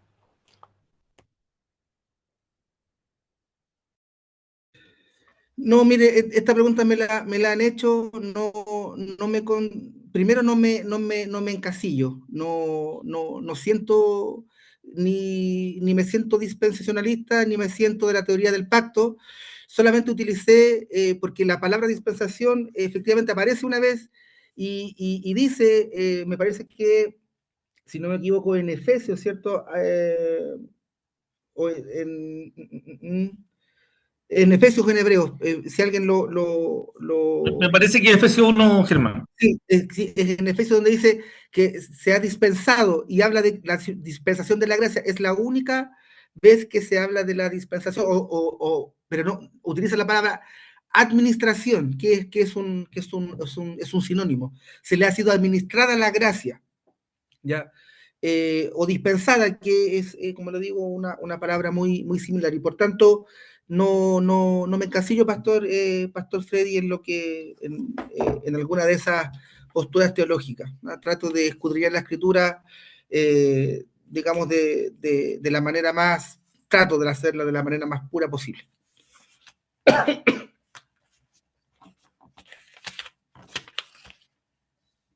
Gracias, Germán, por la respuesta, Pastor Freddy.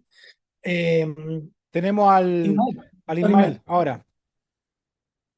3 minutos. Ya, gracias. A ver, dos cosas antes. Yo mostré una evidencia de una inconsistencia. ¿Ya? El ladrón, ¿cómo se enteró del paraíso? Eso, porque Jesús jamás le habló. Eso es una inconsistencia. Segundo,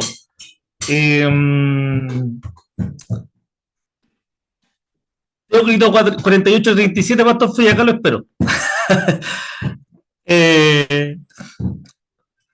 Iba a decir otra cosa. Bueno, no, que no por ser historiador, ¿sí? Para entenderte bien, no sé si citaste bien, porque él le dice, acuérdate de mí cuando vengas en tu reino. Eso, sí, eso. No le pregunto por el paraíso, sino que... No, me equivoqué. Pero misma inconsistencia. ¿Cómo se enteró de que Jesús vendía en el reino? Si Jesús habla de eso en Mateo 24, no lo habló en la cruz, no hay evidencia que lo haya hablado en la cruz, no hay ninguna, ¿ya? Pero, aunque Lucas haya sido historiador, no es infalible, pudo fallar, algunas de sus fuentes pudo fallar, eso está claro, si la historia, Germán, tú eres profesor de historia, y tú sabes que los relatos van cambiando según quién los cuenta. Ahora, dicho eso, pero lo podemos conversar con el Pastor Freddy, si yo lo puedo ir a ver y él me puede ir a ver a mí, vivimos cerca. Allá me espera, ok, ya, allá me espera. Para mí, el que es salvo se bautiza, el que es salvo se congrega, el que es salvo escudriña la palabra, el que es salvo ora, el que es salvo ofrenda, el que es salvo guarda la palabra, el que es salvo hace obras, pero esas obras son fruto de la fe. El que es salvo produce el fruto del Espíritu. Y el que no es salvo no hace ninguna de esas cosas. Y el que cree ser salvo y hace todas esas cosas menos una de las que manda la Escritura, entonces no es salvo, es apóstata, punto. Se acabó.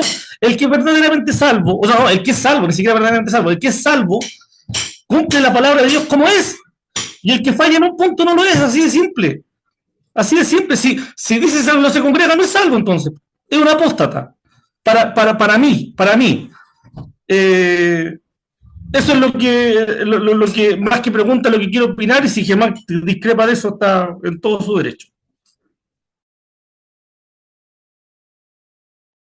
Germán.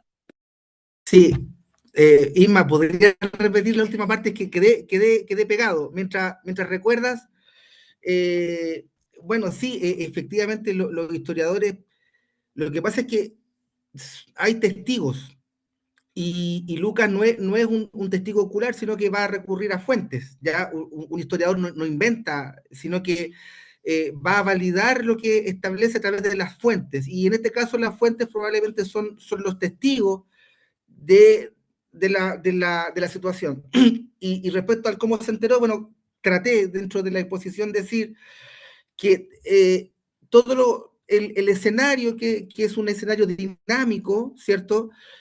Probablemente fue lo que le habló, o sea, y yo reitero que la palabra está aquí, en este escenario, y creo que algo también lo dijo, cuando dice el rey de los judíos. Yo creo que el letrero también le hizo sentido, ¿ya? También logro entender. Ahora, esto solo es una lucubración de la empatía, digamos, situacional, que es que ellos escuchaban las voces de los que estaban abajo.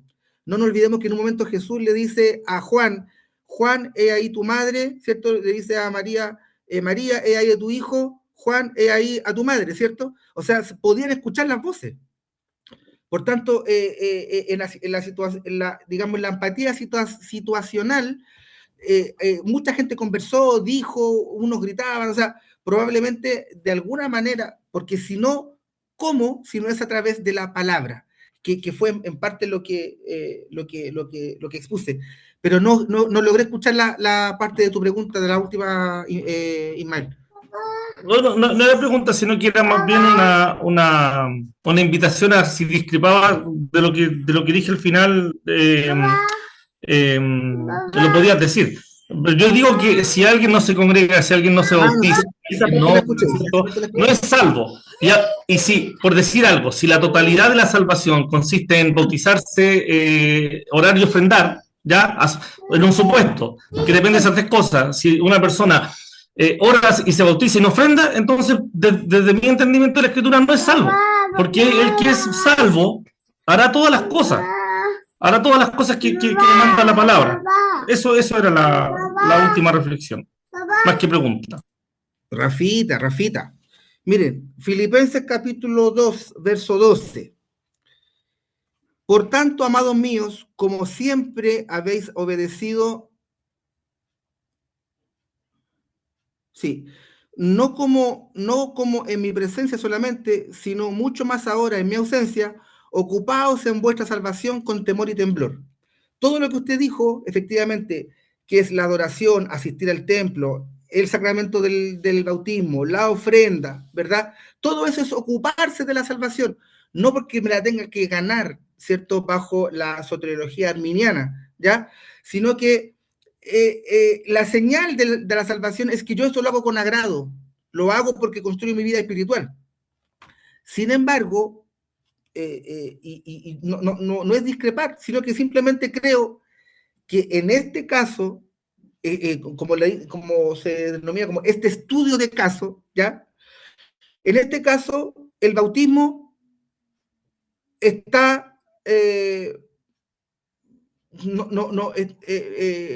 está bajo la cruz de Cristo.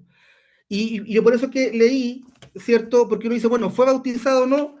Es lo que leí en Romanos, ¿cierto? En el capítulo 6, si no me equivoco, donde dice que nosotros hemos sido bautizados en su muerte. Entonces, me parece que aún así cumple con el hecho del bautismo. Ahora, el bautismo es en agua, pero eso no le impidió que fuera salvo, ¿ya? Y por eso recalqué y dije, no porque no se bautizara significa que vamos a despreciar el bautismo, en ninguna manera. Eso es lo que puedo yo comentar. Gracias, Germán. Parece que hay dos preguntas. Limítense a preguntar, sobre todo usted, Pastor Freddy. Ya, ahora aparece con las preguntas a última hora, pero igual. ¿Pero quién estaba primero, Pastor Miguel? Al Pastor Miguel, sí. Pastor Miguel. Ya. Tiene 3 No, minutos. no, disculpen. Hay una pregunta del chat del hermano Carlos. Estaba antes que... Léala al tiro, si la tiene ahí. Sí, pregunta para Germán si la salvación se pierde para él, sí o no. Adelante, Germán. Bueno, creo que lo señalé y me baso nuevamente en el pasaje bíblico que acabamos de leer. ¿Cómo algo tan glorioso, que vemos en este relato, ¿cierto?, de la cruz, cómo algo tan glorioso se puede perder? Yo creo que no. Hay un versículo de la Biblia, ¿cierto?, que está en Romanos, dice que los dones de Dios, ¿cierto?, y el llamamiento son irrevocables. Y yo creo que no se pierde. ¿Cómo algo tan glorioso se va a perder? No hay una acción, no hay acción humana ni a favor ni en contra que impida la salvación o que condicione la salvación. Para mí es muy simple. Alguien podrá decir, bueno, la apostasía es una muestra de que la salvación se pierde. Yo creo que no, porque el que es apóstata, para mí entonces verdaderamente nunca fue un verdadero convertido. El apóstol Pablo dice como una señal, ¿no? Dice, el que perseverare hasta el fin, este será salvo. ¿Ya? O sea, en ese sentido, no hay una actitud humana ni a favor ni en contra que condicione la salvación. Dice también Hebreo, ¿cierto? Dice, oye, no descuides esta salvación tan grande, no vaya a ser que nos deslicemos. Y también dice que hay algunos que van a pisotear la sangre de Cristo en el mismo libro de los Hebreos. Pero ¿quién efectivamente, entendiendo la gloriosa salvación que se ganó en la cruz, en el entendido de lo que hemos recibido incorruptible a través de la palabra, pueda pisotear con conciencia la sangre de la cruz de Cristo, agapar a la cruz de Cristo? O sea, creo que ese nunca fue salvo. Por lo tanto, para mí, en ninguna manera la salvación se pierde. Eso para no alargar. Pastor Miguel, tiene 3 minutos. Adelante. Yo no sé, de repente hay como dice el pastor Freddy, también lo dijo Germán, como que tienen miedo a ciertas palabras. Cuando se habla de la autoridad, por ejemplo, como que tienen miedo. Como que tienen miedo de Germán, ahí como que le tembló un poquito la pera al decir que él es dispensacionalista. Yo me considero un dispensacionalista por lo que está escrito ahí en Hebreo, o sea, en Efesios, y además creo no en las dispensaciones, creo en la dispensación de la gracia. Y como dije, parte desde el mismo huerto, parte la dispensación y única dispensación, pero también como lo decía el sábado que estuvimos del pastor Dago, decía hacía modo de gracia, parece que mejor me voy a ser judío porque prefiero ser salvo por pacto, no por dispensación. Es más fácil. Por la promesa. Pero vuelvo a la pregunta y a la reflexión misma, que si nos quedamos con el hecho de ahí del conversatorio de Jesús con Dimas, entonces la salvación es inmediata, única y irreversible. Ahora, yo discrepo un poco con lo que dicen que el llamamiento y los dones son irrevocables, que solamente, justamente el llamamiento es para la salvación y no para los que poseen ministerio, no, porque los dones y los ministerios pueden, no que se pierdan, pero pueden dejar de funcionar por razones bíblicas que dan. Yo siempre pongo el ejemplo, si no preguntémosle a Aarón nomás si perdió el ministerio o no lo perdió, Eh, pero no así la salvación.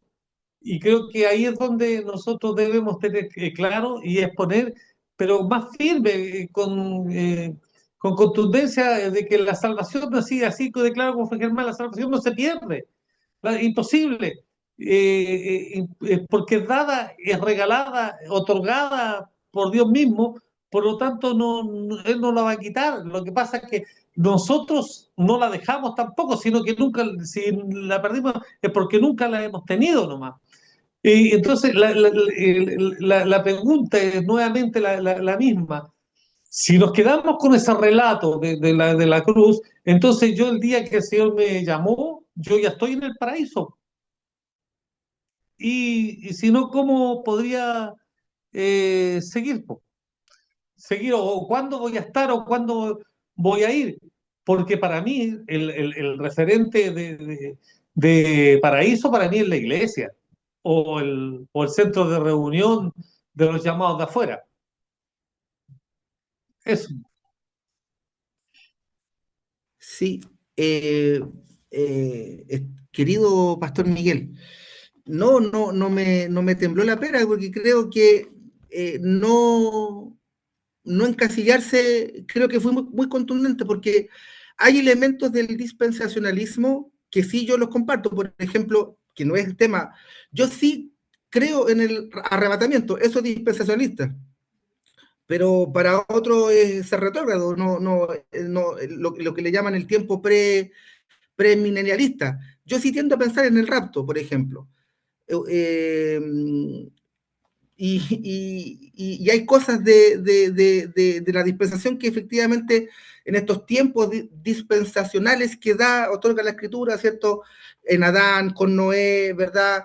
Con Moisés, con David. Sí, efectivamente también hay un poco de eso, pero el señalar que no adhiero a una escuela teológica, y eso me sorprende de usted, que usted no tiene nada que ver con las escuelas teológicas.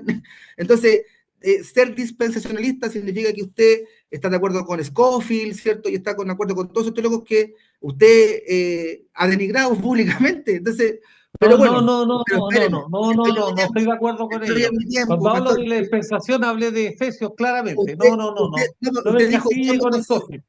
no, pero si No, usted no, no. dijo, coloca el video, dijo, yo me considero dispensacionalista, eso fue lo que dijo, Sí, ¿cierto? Ya, sí, sí. eso significa, por eso es que yo no, por eso justamente yo no adhiero a un grupo determinado, porque creo que hay errores en el dispensacionalismo, así, a No, secas, no. Hay una hay, sola dispensación que es la gracia, hay, no hay más. pero eso no significa ser dispensacionalista, pastor, eso le ¿Y qué es lo que es estoy eso? diciendo. No, pues ¿Y qué es lo que es simplemente, eso? no, pero es solamente decir lo ¿Qué que es lo está en la que es eso? escritura, dispensador de la gracia, nada más. Eso, Dios estableció la dispensación de la gracia, pero eso no y eso está. significa, sí, pero Pastor Miguel, eso no significa ser dispensacionalista, porque ser dispensacionalista significa adherir a un tipo de escuela teológica, eso le estoy diciendo. Nada más que eso. Y lo otro que comentó ya se me olvidó, pero no hay en eso una ambigüedad en señalar que no adhiero a ninguna de esas escuelas teológicas. ¿Mm? Ya, se nos está acabando el tiempo. Ahí el pastor Miguel Ángel Soto puso algo en el chat interesante para que lo puedan leer, porque ya el tiempo no nos va a dar. Solamente quedó pendiente el pastor Freddy. Pastor Freddy, por favor, 2 minutos nomás, dele Camilo al pastor Freddy. Adelante.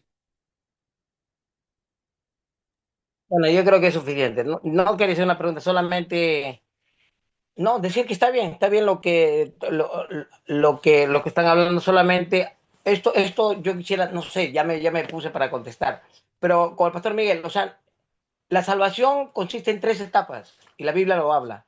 La primera somos salvos, ¿sabe que somos salvos del pecado? Esto lo habla en Juan 3:16.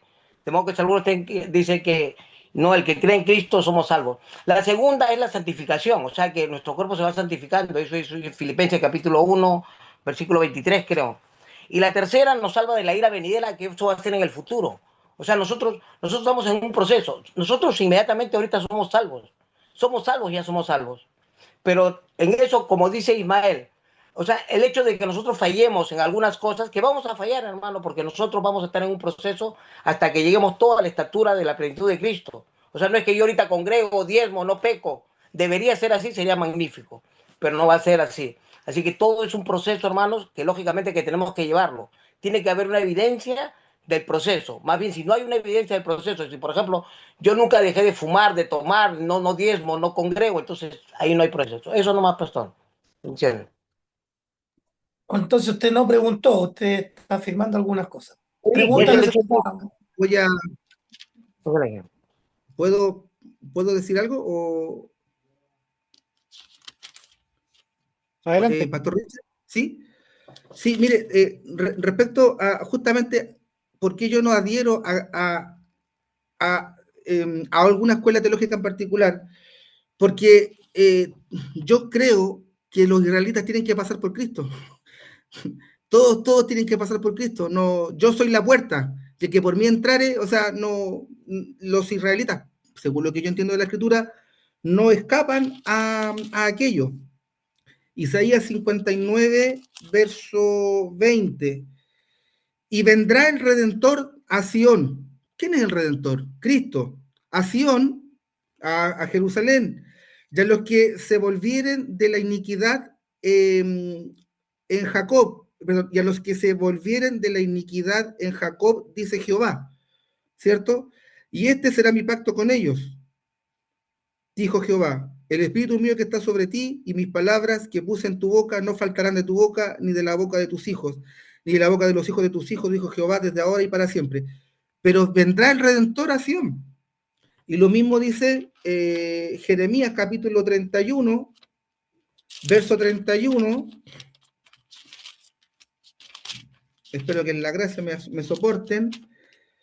He aquí que vienen días, dice Jehová, en las cuales haré nuevo pacto en la casa con Israel y con la casa de Judá. No como el pacto que hice con sus padres el día que tomé en mano para sacarlos de Egipto, porque ellos invalidaron mi pacto, aunque fui yo un marido para ellos, dice Jehová. Pero este es el pacto que haré con la casa de Israel. Después de aquellos días, dice Jehová, daré mi ley en su mente y la escribiré en su corazón, y yo seré a ellos por Dios, y ellos me serán por pueblo. Pero ese pacto, no los exime de pasar por Cristo, porque el Redentor irá a Sion. Entonces, por eso es que yo no adhiero como a encasillar, porque el pacto no sortea lo que Jesús dijo de sí mismo: yo soy el camino y la verdad y la vida, y eso es para todos, porque Dios tiene un solo pueblo.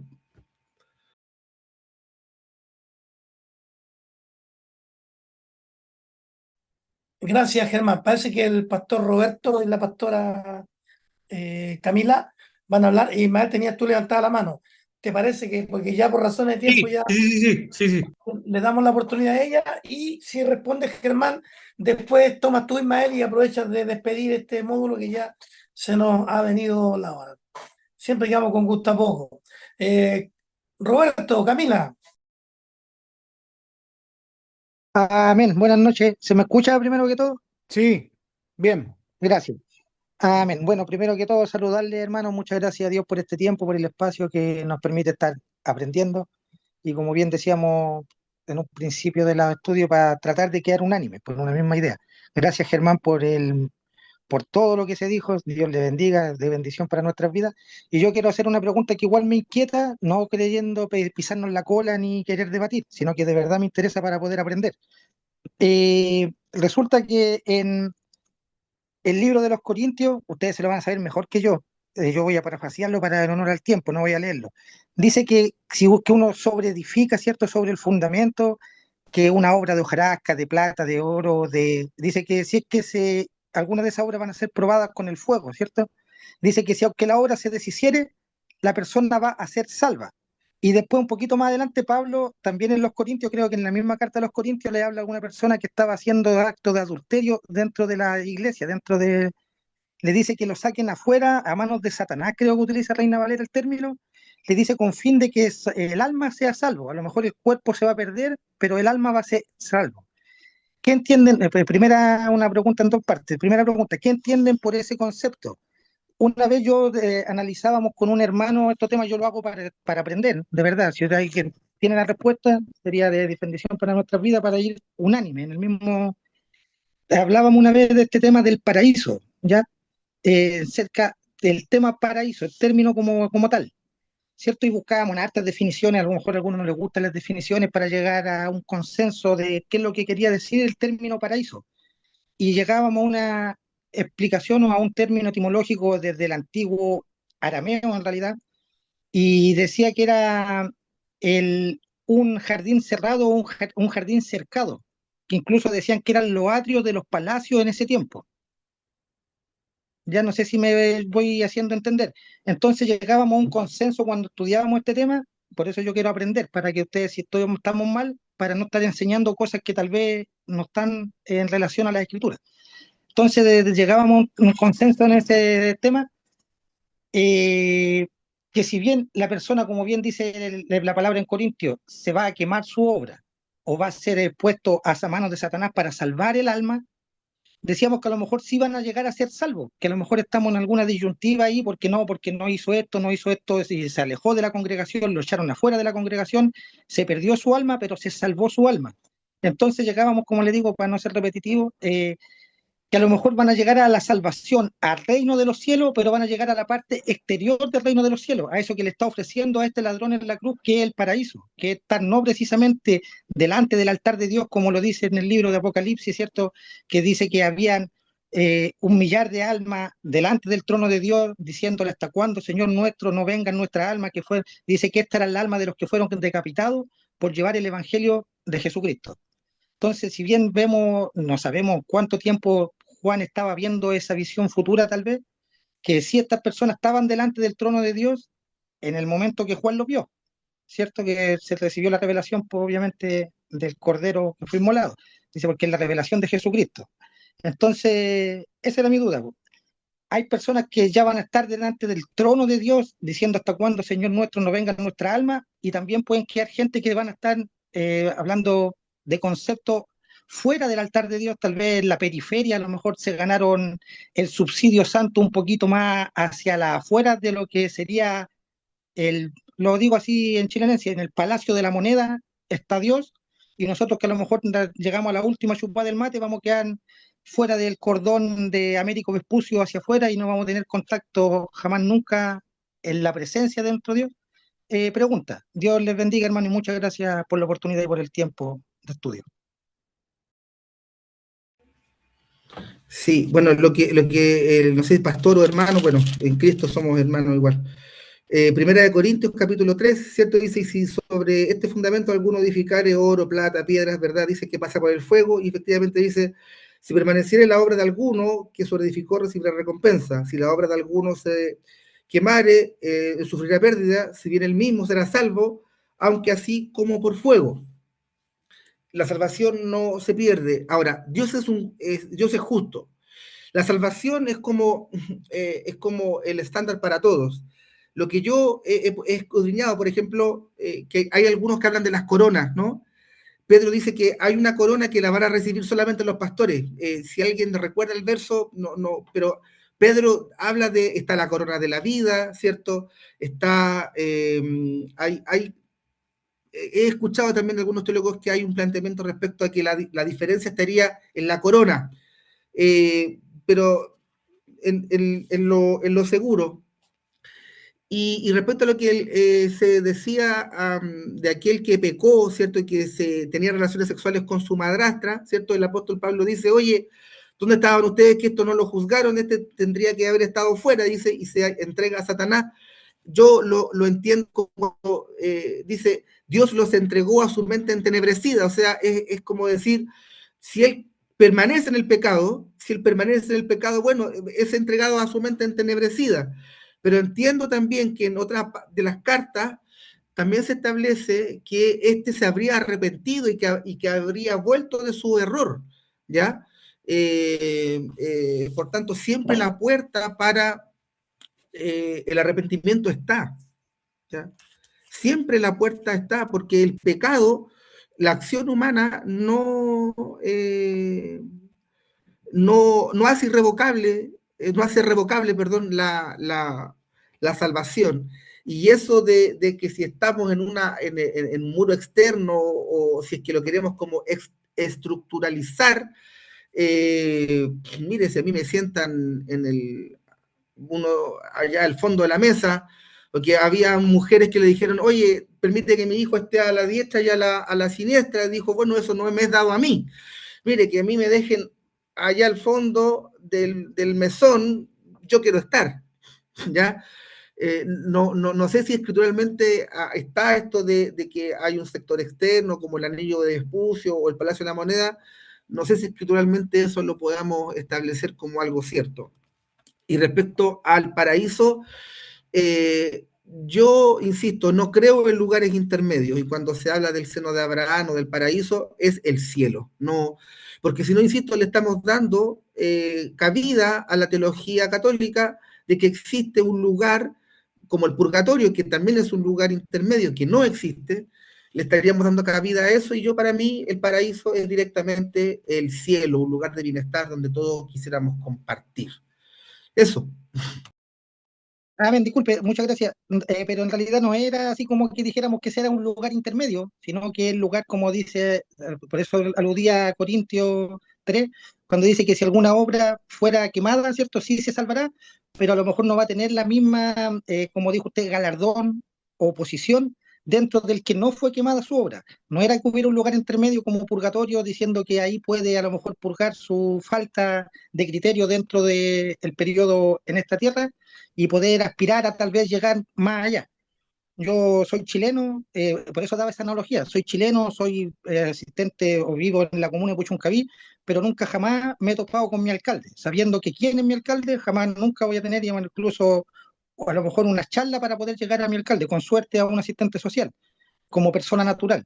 Esa era como una analogía o ejemplificación. No era que fuese así tampoco escritorialmente. Por eso decía, si es que estaba en la duda, para aprender, si es que estoy a lo mejor en algo erróneo, para no a lo mejor explicarlo de una manera errónea.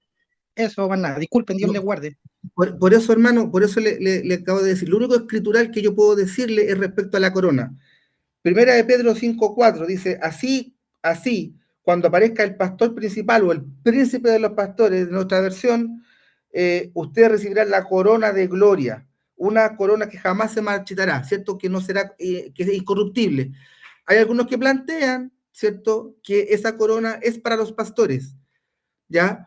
Y que como Dios es un Dios justo, un juez justo, claro, la diferencia va a estar quizás en el atuendo, quizás en la corona, pero no en el ejemplo que usted dio, que yo lo entiendo, yo también soy chileno, vivo aquí en Quilicura, vivo dentro del anillo de Vespucio, pero lo que escrituralmente me señala es más bien respecto al uso de la corona, que fue lo que le cité. Muchas gracias, Germán, por tu exposición. Quedaron muchas cosas, como siempre, pero quedamos mejor que quedemos con gustito a poco. Pastor Ismael, comentario final, si quiere, siéntase en libertad y termina orando para concluir este muy buen tiempo de conversatorio. Gracias, Pastor Richard, gracias a todos por estar, a Germán también por aceptar, por la voluntad, a pesar de avisarle con pocos días de anticipación, pero está la disposición, está el compromiso, y el Señor pagará conforme ha sido el corazón de él para con el Señor. Bueno, yo creo que hay que tener cuidado de decir algunas cosas. Ya lo hemos conversado con mi papá, lo conversamos en la reunión de los pastores Reinaldo y Lorena, lo hemos conversado en la iglesia, ahora sería la tercera vez, de tener cuidado con los términos que usamos, porque incluso el académico teólogo más preparado ya tiene un vuelo opuesto respecto a ciertos términos. Si le hablan de teología pactual, le hablan de dispensacionalismo, que se lo expliquen a qué se refiere, no lo va a entender porque hay un velo opuesto. Entonces hay que tener cuidado de no usar términos que ya lamentablemente la teología lo ha hecho a perder, creo yo. Eso, y también en general, cuando nosotros hablamos conforme a la palabra, hablemos conforme a la palabra, no a supuestos. No es que podría ser, es que se cree, que la tradición, que la historia. Hablemos conforme a lo que sale escrito en la palabra de Dios. Y la palabra de Dios, por lo menos pienso de manera general, hoy día nos ha enseñado de que fuimos salvos del pecado, fuimos salvos de la muerte, que el postrer Adán trajo consigo la vida, y esas cosas a nosotros nos tienen que dar plena seguridad de lo que también escribe Pablo en la iglesia. Ni lo alto, ni lo profundo, ni la muerte, ni la vida nos podrán separar del amor que es en Cristo Jesús, Señor nuestro. Y debemos nosotros caminar con esa seguridad, yo creo, hermanos, respecto a este camino. Si somos salvos, no es por nuestros méritos, sino que lo somos por gracia. Y esto es por medio de la fe. Así que, de verdad, yo bendigo a Dios por cada uno de ustedes que son salvos. Que el Señor les guarde. Nos veremos de este miércoles al próximo. No se olviden también los pastores que están aquí presentes, que el sábado 23 tenemos retiro ministerial, para que también vayan confirmando la cantidad de asistentes. Hasta el domingo hay plazo, así que por favor comprometámonos con eso.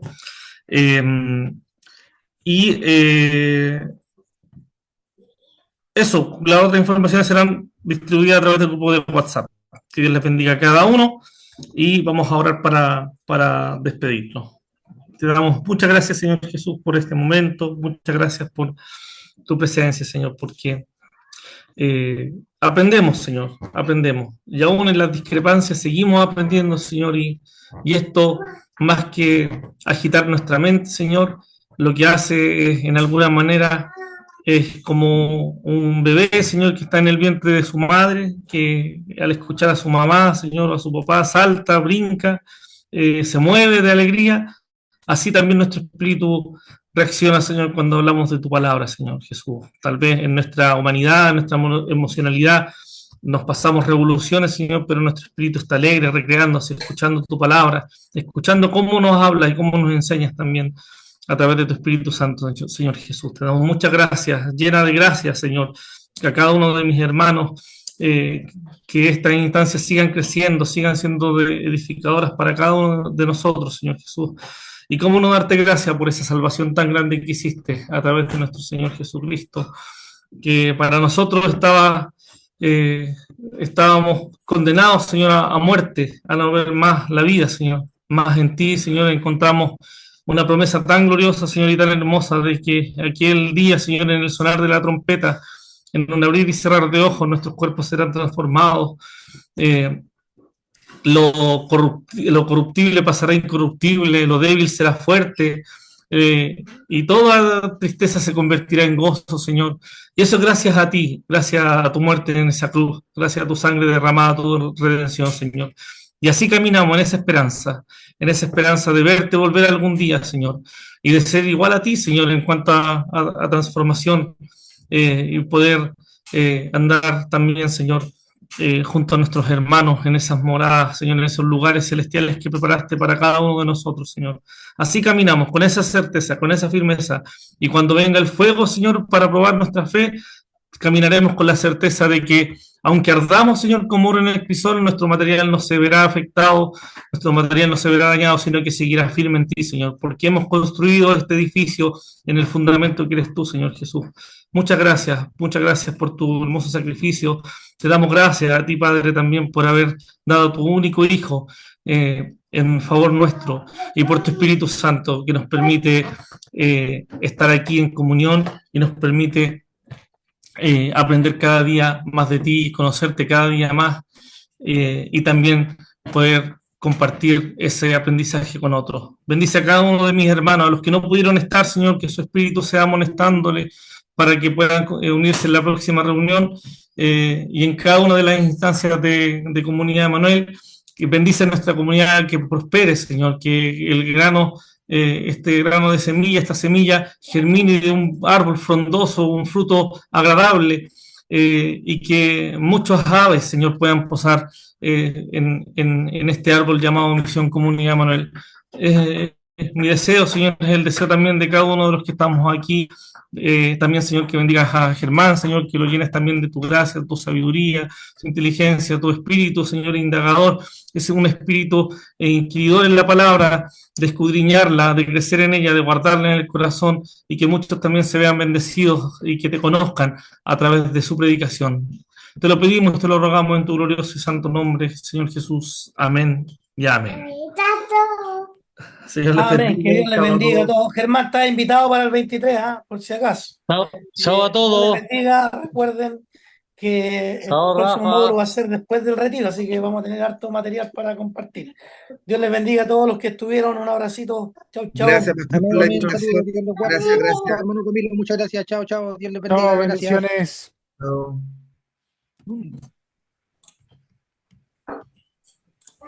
Miguel Escofil, chao, chao, chao.